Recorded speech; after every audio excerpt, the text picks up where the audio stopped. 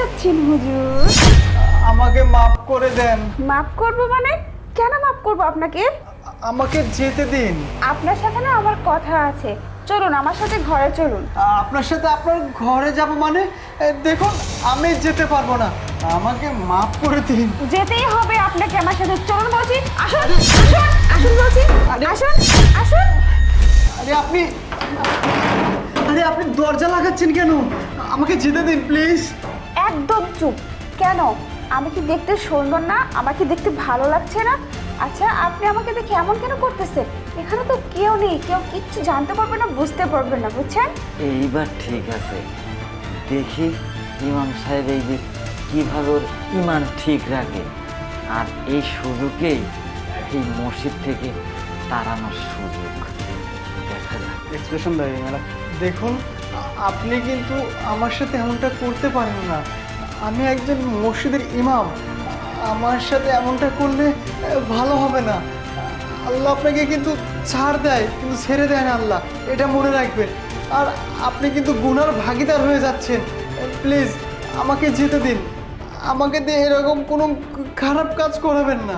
আচ্ছা, আপনি এমন কেন করতেছেন না? আপনাকে তো আমার ভালো লাগে, আমি বলেই দিলাম। তাহলে কেন আমার সাথে এমন করতেছেন? শুনুন, আজকে যদি আপনি আমার না কথা শোনেন না, এখান থেকে কিন্তু আপনাকে বের হতে দিন।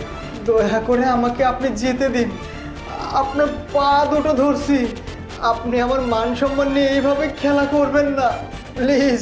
বুঝতে পারছি, এভাবে হবে না। এলাকার মানুষকে কি ডাকবো?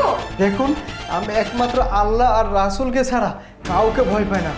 আপনি আপনি একটু এটা অন্যায় করতেছেন, এর শাস্তি ভোগ করতে হবে আপনারে। সরেন সরেন। এই দাঁড়া বলছি, দাঁড়া বলছি, দাঁড়া, দাঁড়া। দাঁড়া বলছি। আরে কি হয়েছে ইমাম সাহেব, আপনি দৌড়াচ্ছেন কেন? কি হয়েছে? বুলবুল সাহেব, আপনি কি আমাকে দাওয়াত দিয়ে ডেকে এনে অপমান করতেছেন? হ্যাঁ, কি হয়েছে আপনি কিছু বুঝতে পারেননি? অ্যাড্রিয়ান, কি ব্যাপার? ওনার সঙ্গে কি করেছিস? কি হয়েছে? হ্যাঁ বাবা, তুমি কিছু বলছো না যে কি হয়েছে ওনার সঙ্গে? আসলে ওনারা কিভাবে বলবে?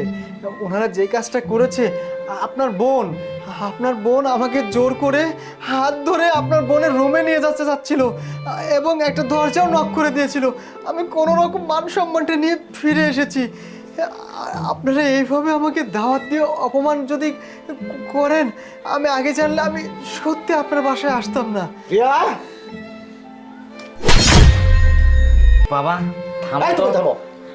তোমার লাইফে পেয়ে না আমার বোনটা নষ্ট হয়ে গেছে। এই তুই জানিস না এটা আমাদের মসজিদের ইমাম, আর ইমাম শব্দের অর্থ জানিস?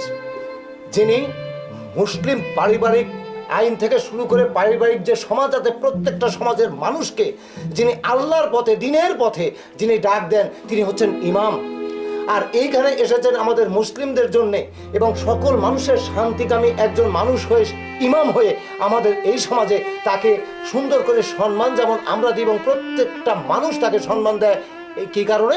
কারণ আল্লাহ রসুল তার সঙ্গে রয়েছেন, আল্লাহ রসুলের দিনের পথে তিনি নির্দেশন দিচ্ছেন আমাদেরকে, সেই জন্য এখানে রয়েছেন।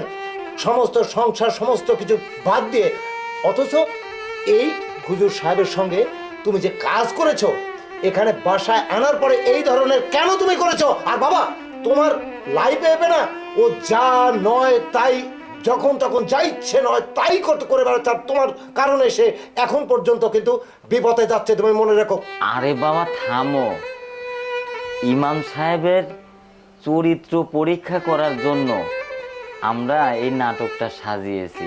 হ্যাঁ ভাইয়া, আসলে বাবা যা বলতেছে না একদম ঠিকই বলতেছে। আমি না ইমাম সাহেবকে মনে মনে অনেকদিন থেকে পছন্দ করি আর ওনাকে ভালোবাসি।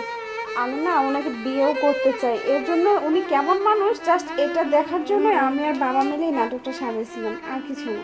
ঠিক আছে, কিন্তু তোরা যে প্ল্যানটা সাজিয়েছিস বাবার সঙ্গে সেই আলাপটা তো আমার সঙ্গে করে নিতে হয়। হ্যাঁ, আর এটা করার কারণে ইমাম সাহেবও অনেক ভরকে গিয়েছে, আমিও অনেক ভরকে গিয়েছি। কি বিষয়? আমি তো এটাকে সিরিয়াসলি নিয়েছি। তো এটা তো একসঙ্গে বসে আলাপ আলোচনা করলে তারপরে হতো। আচ্ছা ইমাম সাহেব, আমি পরিবারের পক্ষ থেকে আমি দুঃখিত। তো আপনাকে বলি যে আমার বোন যদি আপনাকে বিয়ে করতে চায় আপনার কোনো আপত্তি আছে? আসলে আপত্তি নেই, কিন্তু এইভাবে কাউকে পরীক্ষা করাটা খুব খারাপ। উনি উনি যে কাজটা করেছে উনি তো গুনার ভাগীদার হয়ে গেছে। আল্লাহ ওনাকে হেদায়েত দান করুক, এটাই আর কি। ঠিক আছে, আমি সম্মতি দিলাম। আচ্ছা ঠিক আছে, যাই হোক আমিও এরকমই একটা আশা করেছিলাম।